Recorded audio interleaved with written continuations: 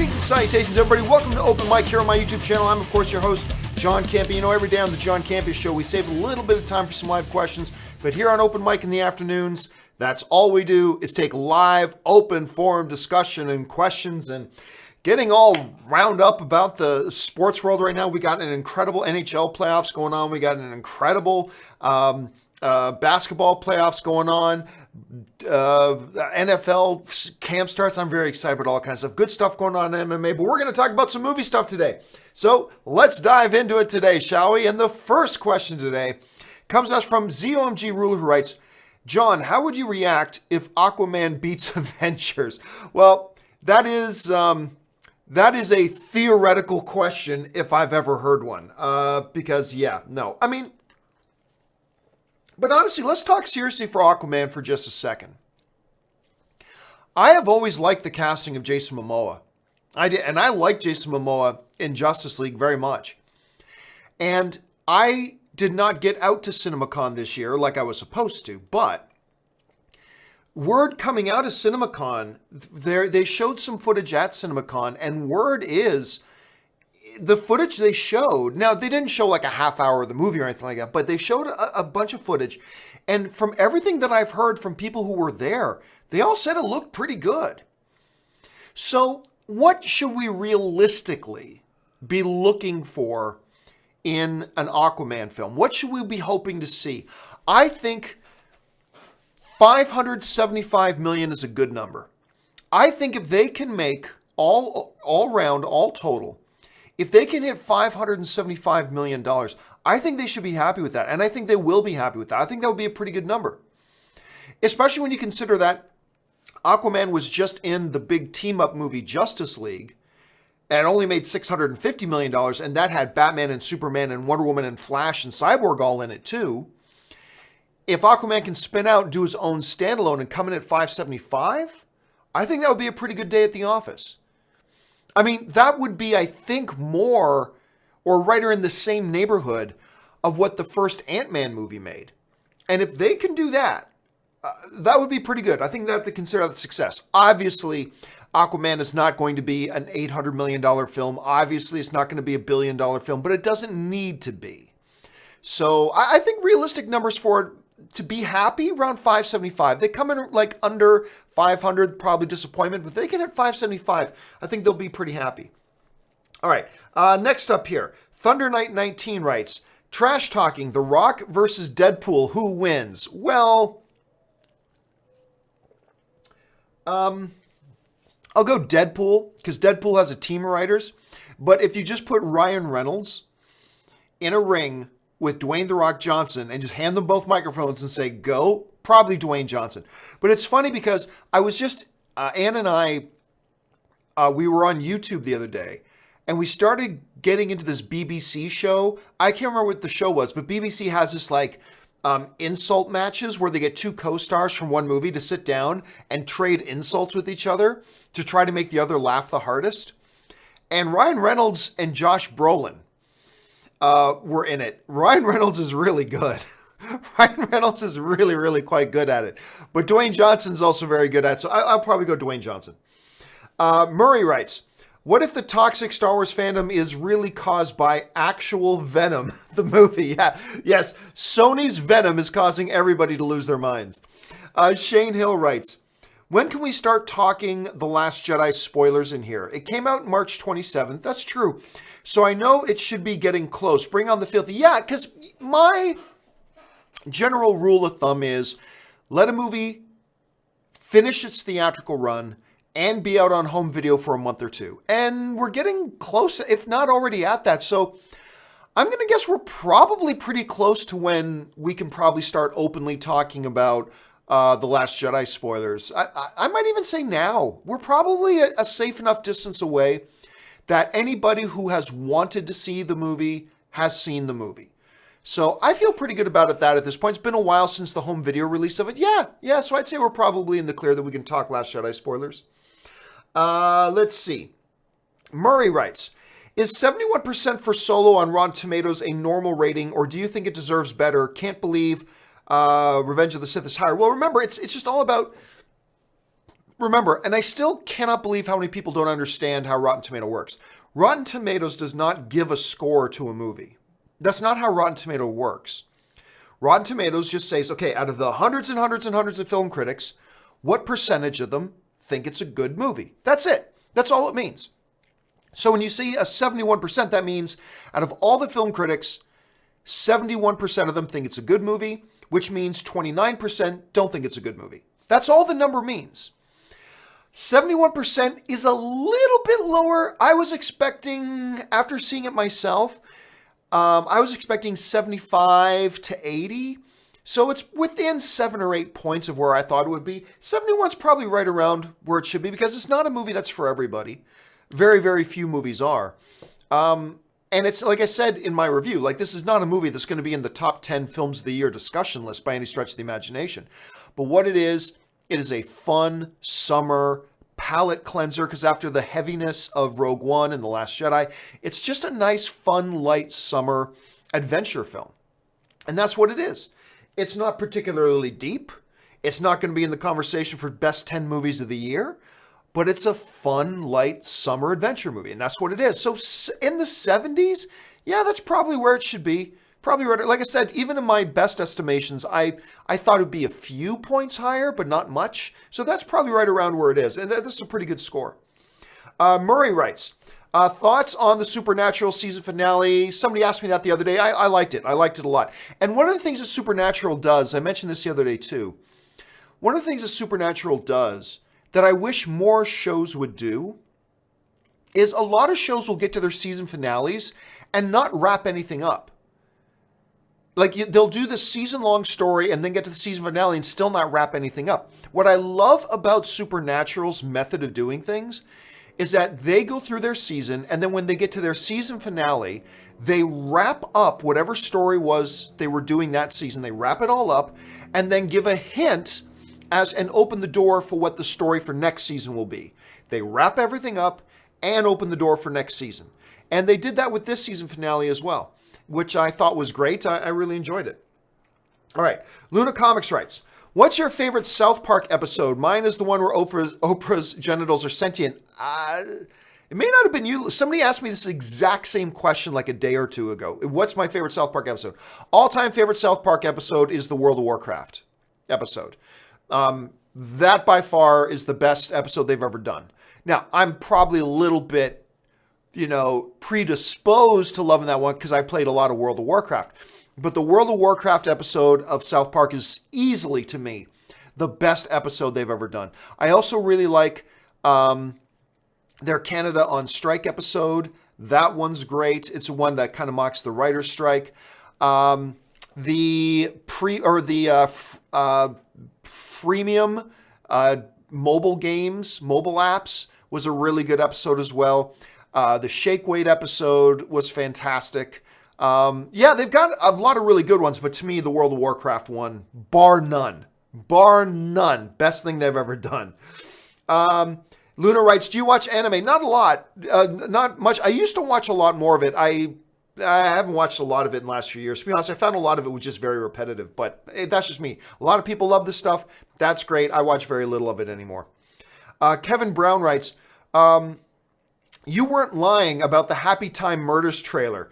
Bring on the filthy. I'm telling you, man. See, that's the thing. And it's surprising. It's been a while since we've seen a trailer come out that's generated as much discussion as this Happy Time Murders trailer. Because there's going to be very, very, very few of you out there who watch it and go, oh yeah, that was okay. You're either going to love this trailer and think it's one of the funniest things you've seen this year, or you're going to absolutely hate this trailer and think it's one of the dumbest things you've seen all year. There's not a lot of middle ground with the Happy Time Murders trailer. And it's like a lot of people like me and like you, Kevin, are, oh my God, that's hilarious. But I'm getting a lot of people also telling me, John, I watched that trailer. It is not funny. I mean, so very little middle ground with this trailer. It's generating a lot of conversations, getting a lot of people talking, and you can totally see why. And half the people love it, half the people hate it. I got a feeling that's the way the movie's going to be. I happen to fall into the one side that it really clicked for me. Made me laugh my ass off. And can't wait to see what else they got in store. Styler Manu writes, will the new Mysterio have the goldfish bowl mask? Oh, I highly doubt it. So for those of you who have been paying attention in the last 24, 48 hours, Jake Gyllenhaal is currently in talks to star as Mysterio as the villain in Spider-Man Homecoming 2. Now, it has not been confirmed. There are some people saying it's confirmed Jake Gyllenhaal is playing him. It's not been confirmed, but he is in talks. Sometimes those work out, sometimes they don't. But what we do know is that, well, I guess Mysterio is going to be the villain. Now, here's the thing. Will he have the goldfish bowl head? I highly doubt it. I don't think so. It would be a very tragic mistake for them to do that because people who, first of all, half the people who do know the comics would hate it. And then everybody who knows nothing about the comics, and if they saw that on screen, they go, oh my God, are you kidding me? That's ridiculous. And they just will ditch it. So no, I really don't. Now, they might have some sort of glass mask idea or something. I don't know. But the fishbowl head, I just can't see them doing it. I really think they'll probably stay away from that. At least they should. They really, really ought to. All right. Next up, Dimsum05 writes, what's up with the MCU and weird Iron Man floating head CGI? I have no idea what you're talking about, Dim Sum. Sorry about that. I don't know what it is we're discussing here. Chow Sang writes, hey, John, what'll it take for you to watch a Korean movie? You'd be surprised how good they are. Try Along with the Gods trailer, or I Saw the Devil. I've seen a number of Korean films. Actually, back in the day, I used to watch a lot more because a friend of mine, Todd Brown, I would always go over to my buddy, and Todd and my buddy were roommates. And Todd Brown always had these, he was huge on Korean and all sorts of Asian films, stuff like that. It's through him that I discovered Infernal Affairs, which is my number one all-time favorite cop movie of all time. Some great monster flicks and all this kind of stuff. Anyway, Todd eventually went on, he did a little stuff with me on the movie blog, but then he went on to form probably the best website on the net regarding Asian film in particular, which was Twitch Film, twitchfilm.net. And it was around before Twitch, the gaming streaming service. Twitch Film was around a long time before Twitch was around. Anyway, so no, Twitch Film did not steal Twitch's name. It was the other way around. And he got me into a lot of them. So I've seen a number of films. But at the same time, I don't watch a lot anymore because that's not really what I focus on my channel. I specifically focus on wide release major films because that's what my audience watches. And I don't have a lot. I mean, I don't have a lot of time to watch TV. I don't have a lot of time to even watch movies I love too many times because there's so many more new movies coming out that I got to stay on top of. But oh yeah, I've seen a bunch, my friend. Believe you me, I've seen a bunch. Let's see. Daniel Quintana writes, why do you think Dredd 2012 bombed? A great film that has a lot of content under the surface. A $50 million budget, but only $41 million box office. Well, I mean, look, Dredd with Carl Urban has been the focus of a lot of discussion, a lot. I actually did the very first public screening of Dredd. I hosted, and I moderated a Q&A with Carl Urban after the screening. At the very first screening of it, back at Comic-Con in San Diego in 2012, and I had Carl Urban on my Masters of the Web panel. And I love that movie. I remember it was so funny because I thought, I was talking with the studio and yeah, they wanted Carl Urban to be on my panel and I would promote the film. And I was like, oh God, this movie looks bad. And look, the trailers did not look good. The trailers to Dredd did not look good at all. The Dredd movie had a number of things going against it. Number one, the trailers weren't good. They just weren't. I thought the movie looked terrible. Like, imagine my shock and amazement when I watched it and I was like, oh my God, that was awesome. Like, I was shocked because the trailers were terrible. So that was one thing going against it. The second thing going against it, you had a star and you never showed his face. Now, watching the movie, them not showing Dredd's face was perfect. But when you're marketing the movie to the average moviegoer, not even showing the movie star's face, that's another strike against it. So there's that. A third strike against it was we had a Dredd movie before, and it was awful. So that was the third strike against it. And then the fourth strike, which was minor, but they didn't do a lot of marketing. They didn't market the film very heavily. So, and what marketing they did put out was pretty damn poor. It was pretty damn bad. Strike 5, obviously I know nothing about baseball. Strike 5 was the fact that it was R-rated. So, I mean, you can still have a hit film with an R rating. Deadpool has shown us that, but you are hurting your box office chances with an R rating. It brings your maximum potential down a little bit.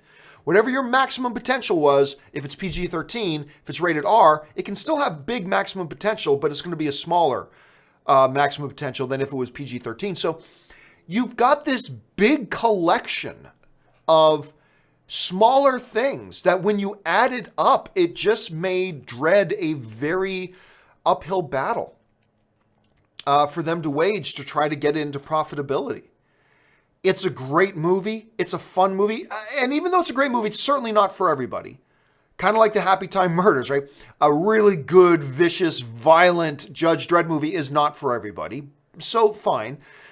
But for a lot of us, it was a really good movie that we enjoyed a great deal, but marketed badly.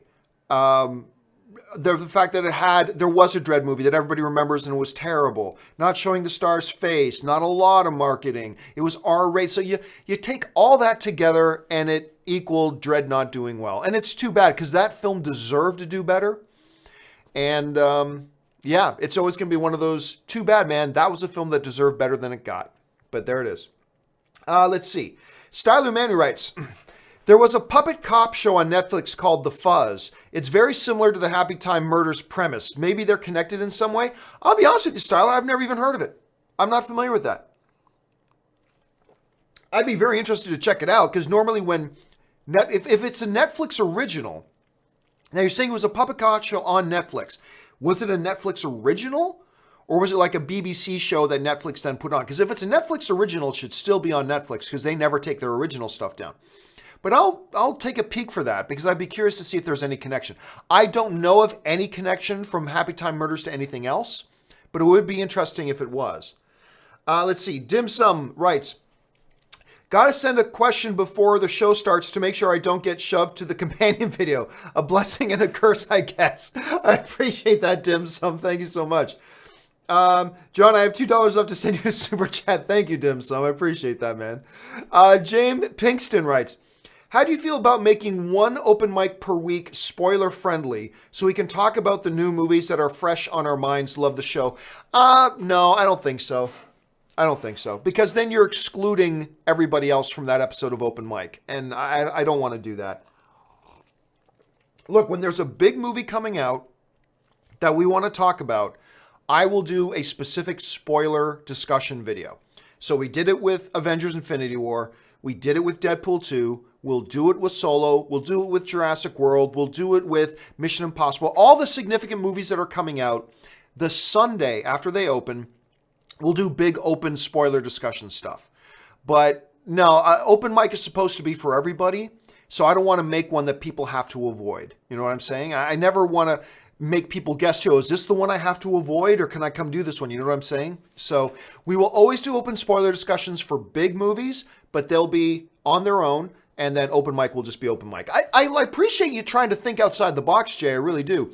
But there's just too many downsides to doing it that way. Daniel Quintana writes, there's a Clue comic by Paul Allor with an omnipotent, sarcastic, fourth wall breaking butler. Do you think the new film will take inspiration from it, considering how Deadpool is written? It's possible. I mean, look, you've got the Deadpool writers.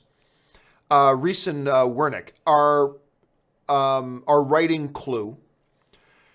This sounds like something that would be right in their wheelhouse. I am not familiar with this particular Clue comic book that you're talking about. I'm not particularly familiar with it, but it certainly sounds within the realm of possibility, and it certainly sounds like it's in the wheelhouse of these guys. So it's possible. It's absolutely possible. Why not? But look, they've already said, they were mentioning that they may be going for an R rating on this Clue movie, Which, I mean, it's a movie about murder, so why not? Why not go R-rated? They seem to be having success with R-rated stuff, with Deadpool, blowing up the box office left, right, and center. So why not? Yeah, so I would go for it. I mean, if it works in the comic, why not? I haven't read the comic, but if you're saying it works in the comic, why not? Let's see. Dim Sum writes, you should do the companions once a week on weekends. No, that's not a good idea for a couple reasons.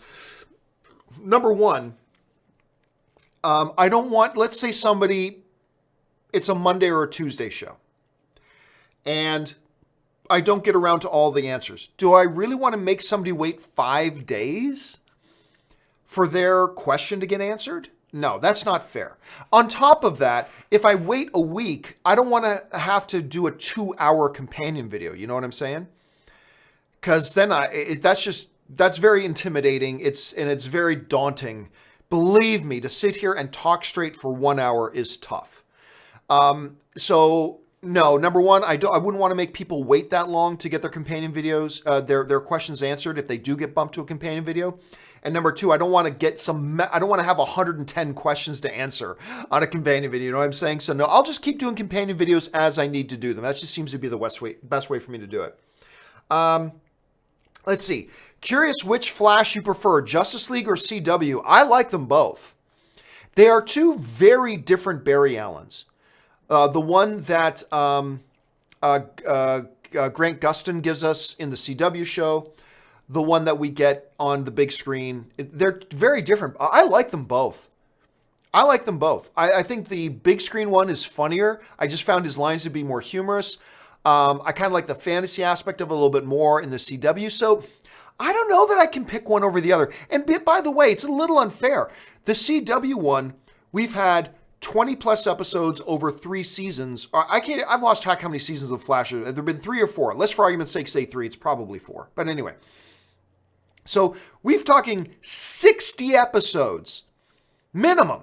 60 episodes of Grant Gustin Flash. We've had one movie of why am I forgetting the actor's name? Who plays the Flash? Hold on a second. Let me bring that up. It's who plays Flash? Hold on a second.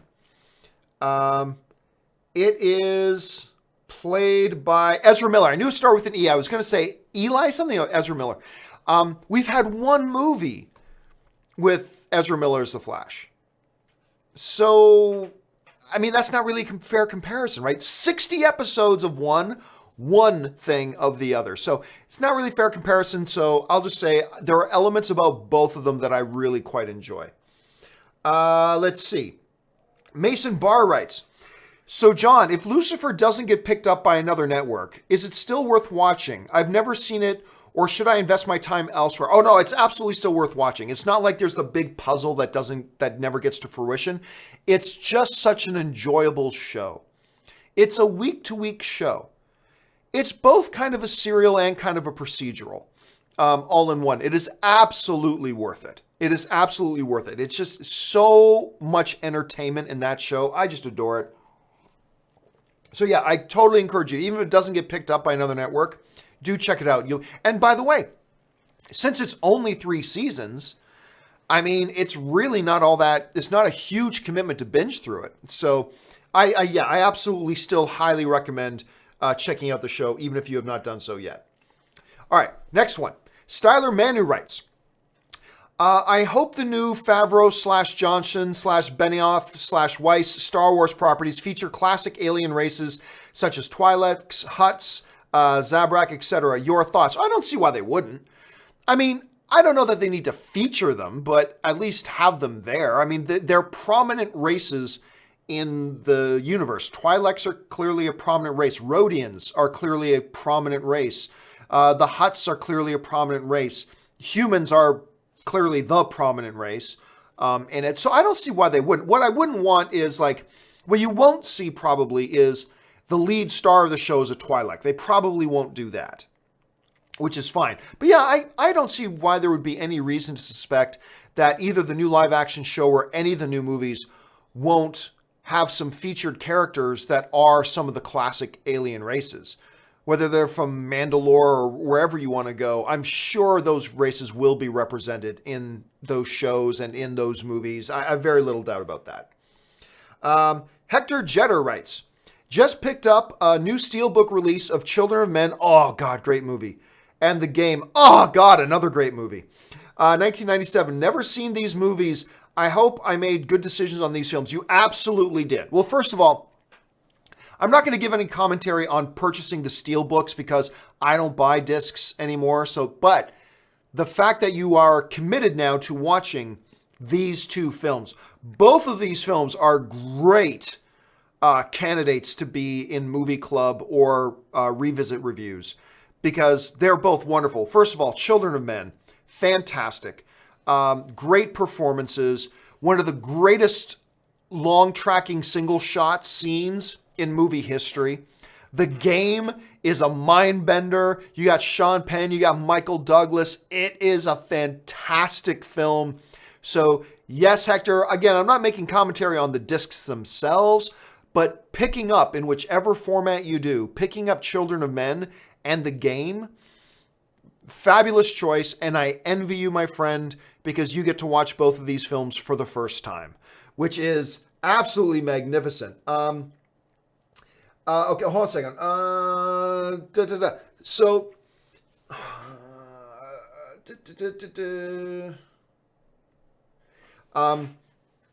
so yes, absolutely, 100% fabulous choice. You're going to love both those movies. Carlos, sorry, guys, I'm having some technical problems on both sides of me here.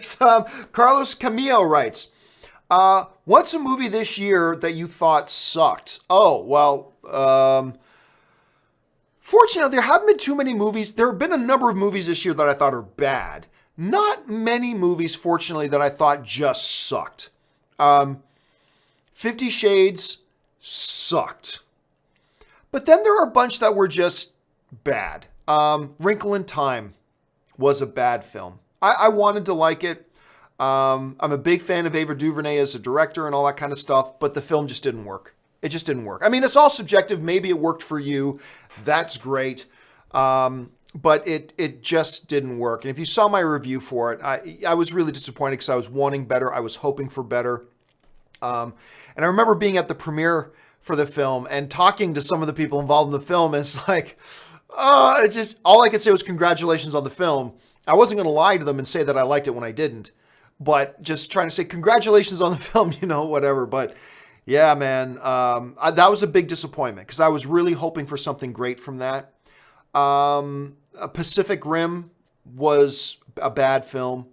And I love the first Pacific Rim, and I love the director of Pacific Rim 2, Stephen S. DeKnight, directed it. He was the showrunner for Spartacus, and he was the showrunner for Daredevil Season 1. So my expectations for Pacific Rim 2 was right through the roof. I thought it was actually pretty bad. What else was kind of bad this year? Peter Rabbit I thought was pretty bad. Insidious The Last Key I thought was bad. Red Sparrow was disappointing. That one should have been better. Let's see what else. Den of Thieves was one that had a lot of potential and ended up being pretty bad. Sherlock Gnomes was terrible.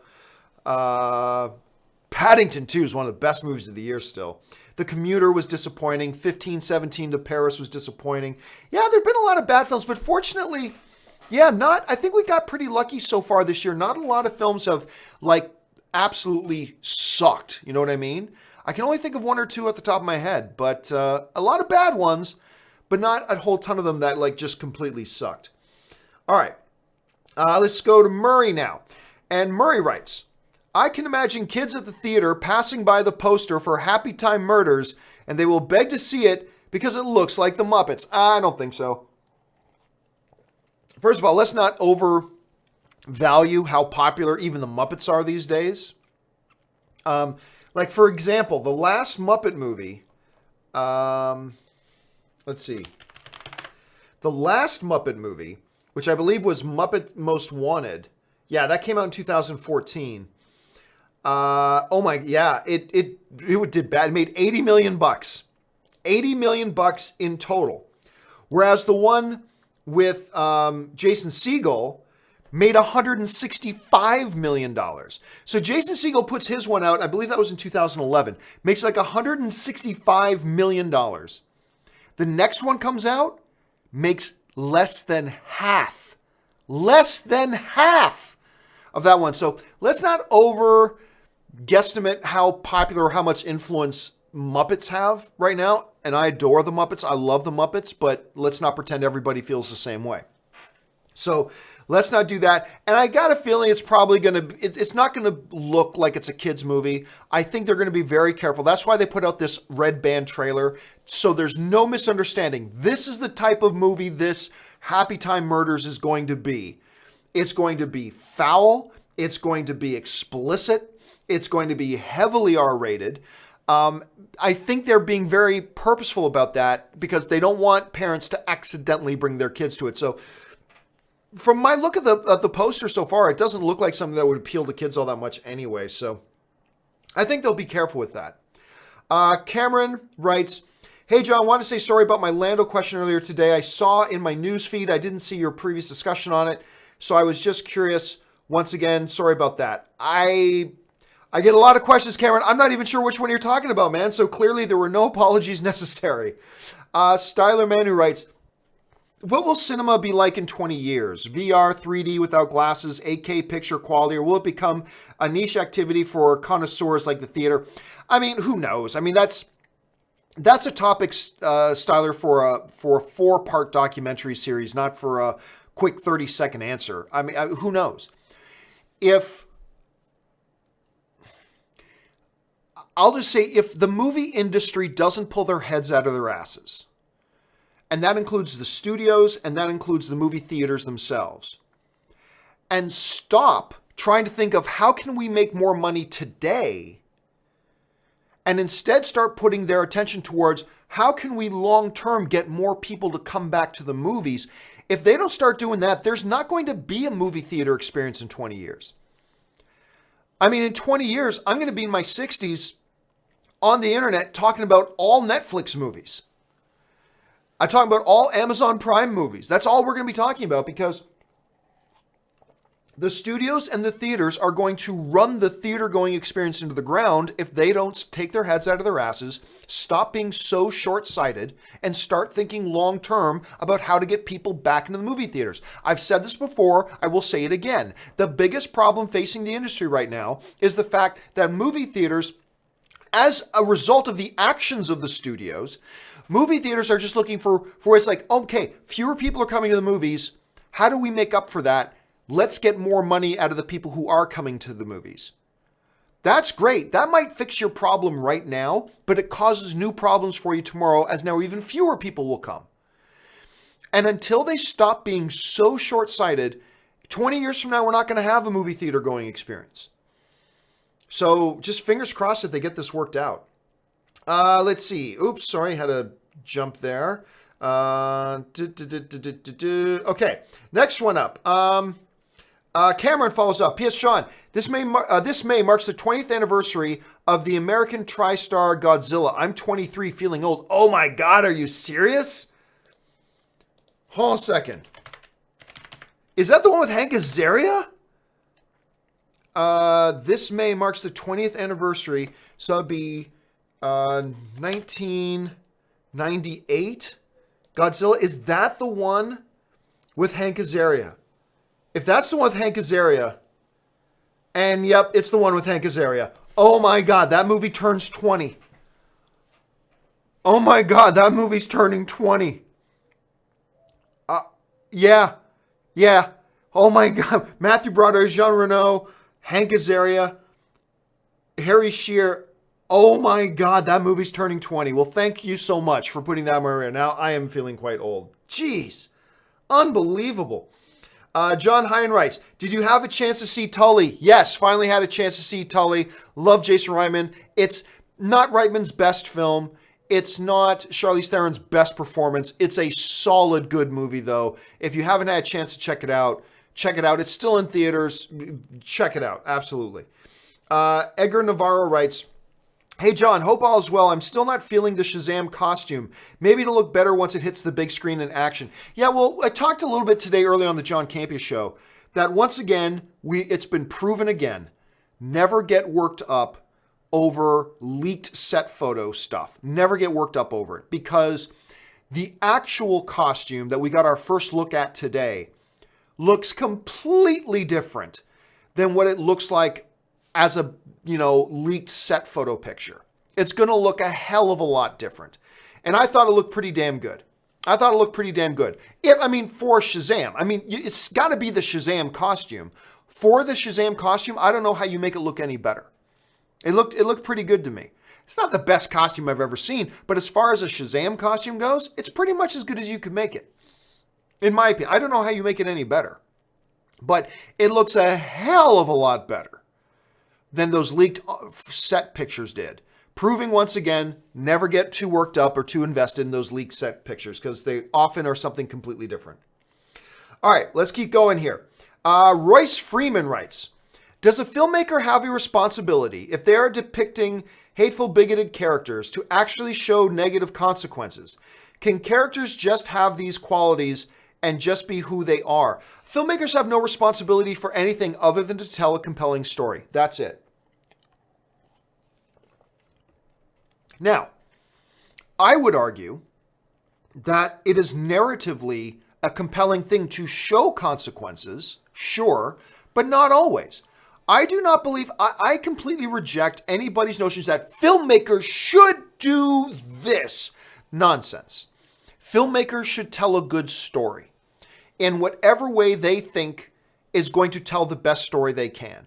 And if in particular situations like this, Royce, if it means showing consequences to certain characters' actions, then great. If it means just skipping that, then great.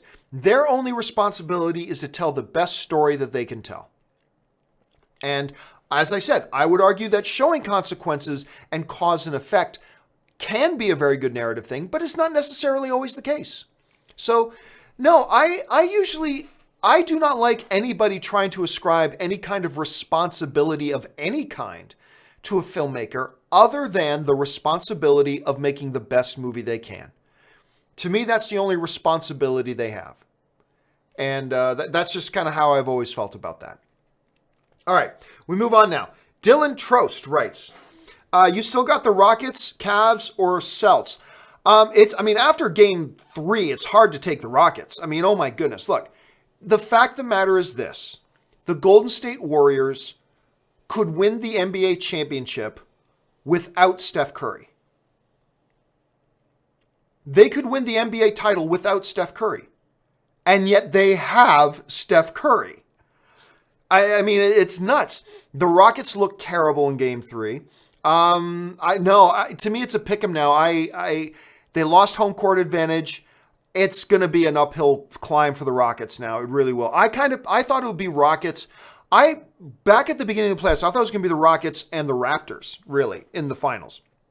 But again, it does not matter who wins, Rockets or Golden State Warriors. It doesn't matter. Because either of those teams are going to completely smoke either the Cavs or the Celtics.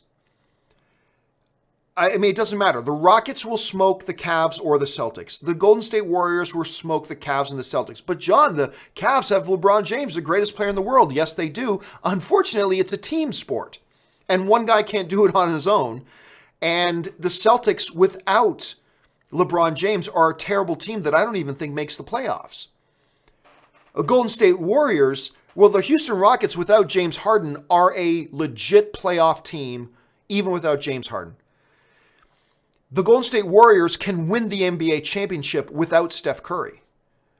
The Cleveland Cavaliers don't even make the playoffs without LeBron James. It's a terrible team. It's a terrible team. And the Celtics are going to be a very good team, but right now they're without their best player in Kyrie Irving. So, yeah, either Rockets or Golden State Warriors, you might as well just call the Western Final the NBA Championships, because whoever wins the Western Final is going to win the title. It's just that simple. I don't think there's anybody that really disagrees with that, unless you live in Boston or Cleveland, that is. Hector Jeter writes, I want to recommend one of my favorite indie films is The Station Agent with Peter Dinklage. Such a good, heartfelt movie. Tend to rewatch that film a lot. And I love it when people jump on here and just give recommendations to people. And wait a second. am I thinking of the right? Let me just pull this up here. I think I know the movie we're talking about here. I think it's like 2002, 2001, 2003. Okay, yeah, the Peter Dinklage one, the one he did with Paul I want to say Garcia, but is it Garcia? Oh no, Paula Garces or something. I'm not even sure how to pronounce her name. Yes, very good movie actually. 2003, really nice little film. I thought I saw it once, but that's about it. I thought it was that one or another one, but anyway, that's the one it is. But I love it when people get on here just to recommend movies for the audience to go and check out. So thank you for doing that, Hector. All right, just a few ones left here. Chris Warden writes, so Rampage just crosses $400 million worldwide on a $120 million budget. Chalk up another box office success for The Rock. Yep, on a $120 million budget. So $400 million, subtract, say about roughly $120 million for the theater's take. So you're down to 280. They probably spent in the neighborhood of $80 million. So yeah, you're talking a movie that's made almost $100 million in profit. So, yep, another big hit for The Rock. I mean, goodness gracious, what a stupid looking movie too. Who would ever think to make a movie on that particular video game? It's idiotic. And it's not a great movie, but you know what? It's a fun movie. It was a fun movie. It's ridiculous. It's totally tongue planted firmly in cheek the whole way through. But it's a fun little movie, and yep, you got another hit for The Rock. So there you go. Tasty Waffle writes, thanks for changing my mind on the Ewoks. Yep, I will always 100% be all about the Ewoks. Those savage, flesh-eating little killers. I will always, oh, but the Ewoks they're so cute and fuzzy and cuddly. Okay, you know what? They're not even going to do you the courtesy of killing you before they eat you. No, they're not even going to do you the courtesy of killing you before cooking you alive. They will capture you. They will keep you alive. And then they will tie you to a stake and put you over an open fire, listening to your screams across the Endor moon in the nighttime. As you scream and beg for your life and beg for death, as your flesh literally cooks on your bones. They won't kill you before they do that. They want to hear you scream. And they will cook you alive, and then they will eat your flesh. And if you want to pick a fight with them, they'll sever your defeated heads and use them as instruments in their victory celebration. The Ewoks are a savage, vicious little pack of killers. Don't be fooled by the fur. And that's why I love the Ewoks. Anyway, Micah T writes, thoughts on Legion so far this year? Really trippy and definitely like season one. Definitely like season one better so far, but still more episodes to go. You know what, Micah? I'm not going to lie. I just watched, while I was eating lunch today, I always pop something on while I'm eating lunch. So I popped on the new episode of Legion and I turned it off. Look, season one is trippy. But it's trippy with focus and it's trippy with narrative. This season has been, let's just do trippy for the sake of being trippy. And there are some nice little narrative nuggets, but so few and so far between. They're underusing so many characters. And I am not a fan so far. Like, last year was different. I didn't like the first episode of Legion last year. But then I got back on board, tried episodes 2 and 3 and 4, and I really got into it, and I ended up loving season 1. I'll be honest with you, Micah, I don't just like season 1 better. I'm actually quite disappointed in season 2 so far. I do not like season 2 so far at all, to the point that I watched the latest one. The last episode was kind of neat, the whole what if, the different scenarios that his life could have been. That was an interesting episode, but it was kind of a spin-off episode. I was trying to watch it, and I'm just like, I don't care. I realized as I'm sitting there eating my broccoli going, I don't care what's happening on screen right now because this show has just lost me, and I turned it off. And I honestly don't know if they're going to watch the rest of them. I think I'm done with Legion. I love season 1, but this season to me has been a giant disappointment. It's been trippy just for the sake of being trippy. And that's not good. Season 1 was trippy, but it was always trippy with narrative purpose and some focus and always direction and things always happening, blah, blah. This season's just been, look how abstract and trippy we are. Woo! And it's just, that just for the sake of that isn't entertaining to me.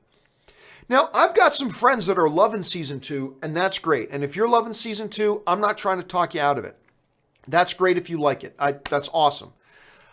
I'm off it. I've given it a number of episodes this season. I tried to stick with it, but my sit down today trying to watch it was just the last straw. I'm like, I'm over it, and I'm probably done with it already.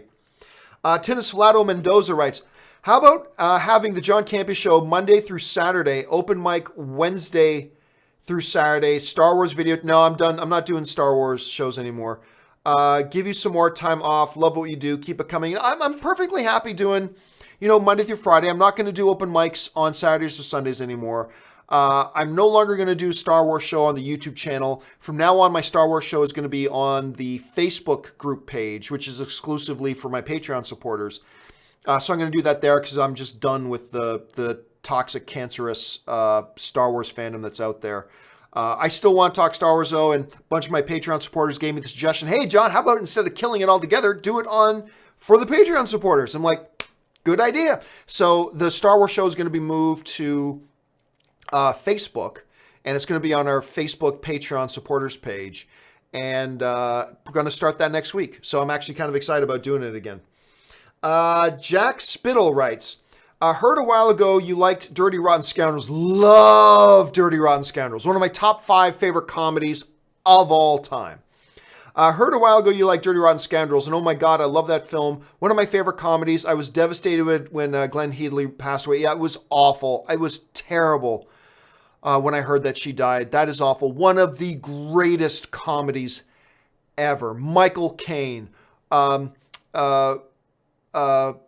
Steve Martin, the Emperor himself. Why am I freezing on the Emperor's name? Ian McDiarmid, who plays the Emperor in the Star Wars movies. He's in Dirty Rotten Scoundrels. He's great in it. He plays Michael Caine's butler character and one of the gang.